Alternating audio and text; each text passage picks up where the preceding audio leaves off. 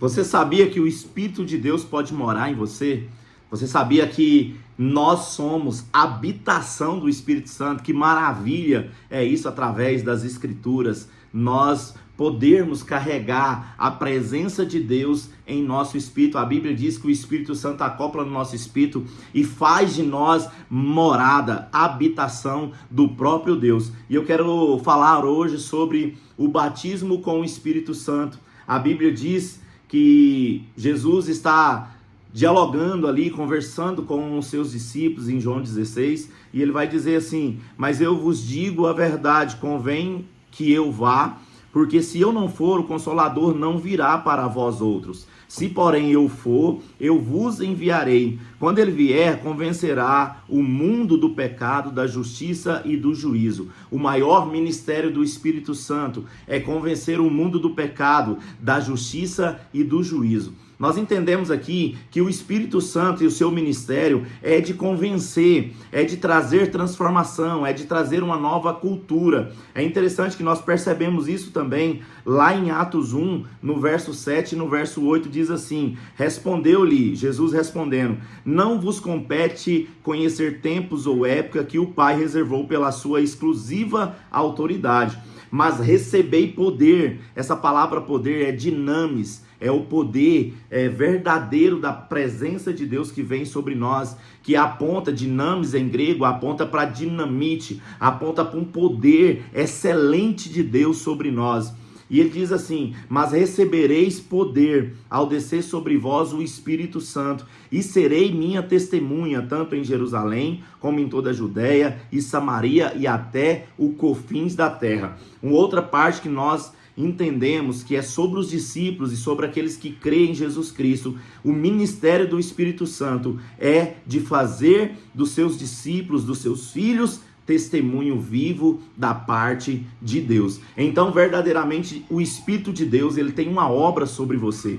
E a obra sobre você é de convencer você do pecado, da justiça e do juízo. A segunda obra, convencendo você, é gerar em você essa nova natureza, a natureza do próprio Deus que veio habitar dentro de nós, fazendo de nós uma testemunha viva da parte de Deus. Que maravilha! Nós temos isso cumprido já, depois que Jesus foi glorificado, o Espírito de Deus foi derramado sobre os discípulos em Atos 2, a Bíblia diz assim no verso 1, ao cumprir o dia do Pentecoste, estavam todos reunidos no mesmo lugar, e de repente veio do céu um som, como um vento impetuoso, e encheu toda a casa onde estava sentado. E apareceram distribuídos entre eles línguas como de fogo, e pousou sobre cada um deles. Todos ficaram cheios do Espírito Santo e passaram a falar em outras línguas, segundo o que o Espírito concedia que falava.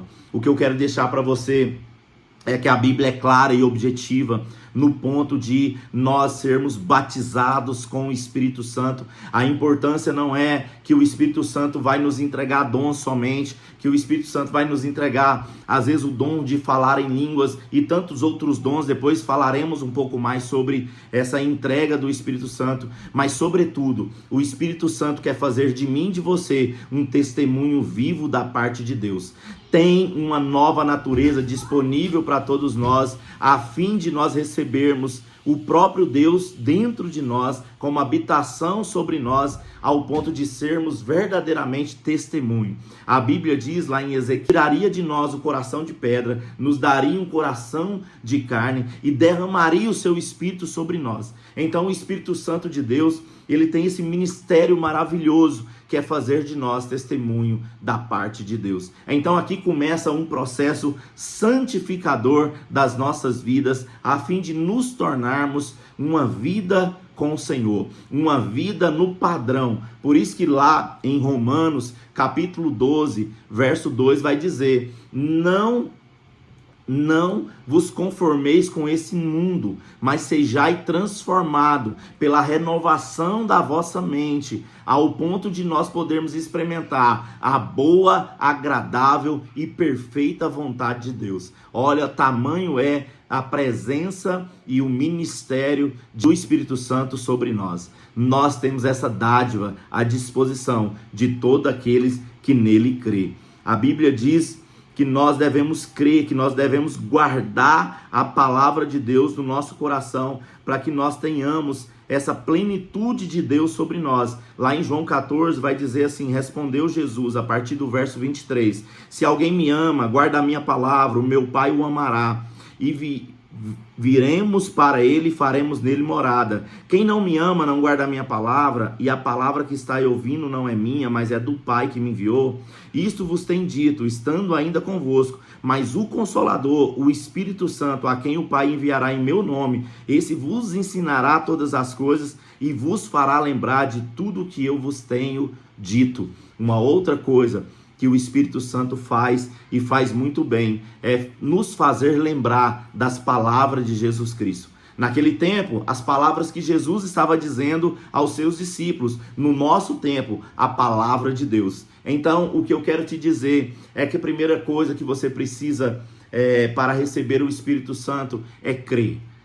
Nós precisamos deixar de ser incrédulo e crer na palavra de Deus. A segunda coisa é guardar a palavra de Deus no nosso coração e deixar que o Espírito Santo venha nos convencer. Então a palavra de Deus, essa palavra maravilhosa, se você faz leitura dela, o Espírito Santo de Deus tem um ministério de fazer você lembrar de todas as coisas. Todas as vezes que você guarda a palavra de Deus no seu coração, você tem um ajudador, um auxiliador que te auxilia e te faz lembrar da palavra de Deus. Lá em Salmo 1, a Bíblia também diz que nós devemos meditar dia e noite na palavra de Deus. Então, logo, você tem um ajudador, o maravilhoso Espírito Santo para te ajudar, o Consolador, o Auxiliador, aquele que lá em Romanos 8 vai dizer que ele conhece a mente do Pai e o coração dos santos e intercede por nós nessa relação entre o nosso Deus, as nossas vidas entregue em disposição a Deus. Então o Espírito de Deus, ele nos auxilia, ele nos consola,